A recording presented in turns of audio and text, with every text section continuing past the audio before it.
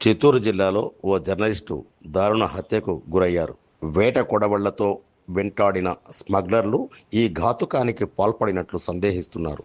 మంగళవారం ఉదయం జరిగిన ఈ సంఘటన నేపథ్యంలో చిత్తూరు జిల్లాలో ఒక్కసారిగా పాత్రికేయులు, వివిధ సంఘాల నాయకులు ఉలిక్కిపడ్డారు. పలమనేరు నియోజకవర్గం వీకోట ఆంధ్రజ్యోతి విలేకరిగా పనిచేస్తున్న జగన్మోహన్ రెడ్డి మంగళవారం ఉదయం వాకింగ్కు బయలుదేరిన సమయంలో కాపు కాచిన కొంతమంది వేట కొడవళ్లతో వేటాడి కిరాతకంగా హత్య చేశారు.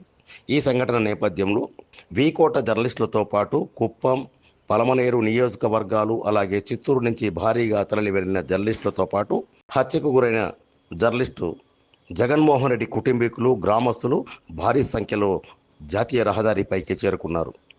వీకోట పోలీస్ స్టేషన్ వద్ద కూడా బైఠాయించారు. ఈ ఘాతుకానికి పాల్పడిన స్మగ్లర్ను అరెస్టు చేయడం కాదు, ఎన్కౌంటర్ చేయాలంటూ పోలీసులతో వాగ్వివాదానికి దిగారు.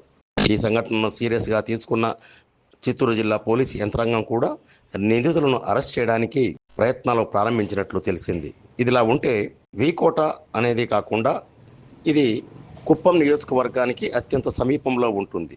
అటు కుప్పం, పలమనేరు, తంబళ్లపల్లి నియోజకవర్గాలు ఇటు కర్ణాటక, తమిళనాడు సరిహద్దుల్లో ఉంటే ఈ ప్రాంతంలో విస్తారంగా ఉన్న అడవుల్లో శ్రీగంధం అక్రమంగా రవాణా చేస్తున్నారనే కథనాలు రాసిన నేపథ్యంలోనే స్మగ్లర్ల ఆగ్రహానికి జర్నలిస్టు జగన్మోహన్ రెడ్డి హత్యకు గురైనట్లు పోలీసులు సందేహిస్తున్నారు. ఆ దిశగా దర్యాప్తు చేస్తున్న పోలీసులు త్వరలోనే నిందితులను కూడా అరెస్ట్ చేస్తామని చెబుతున్నారు.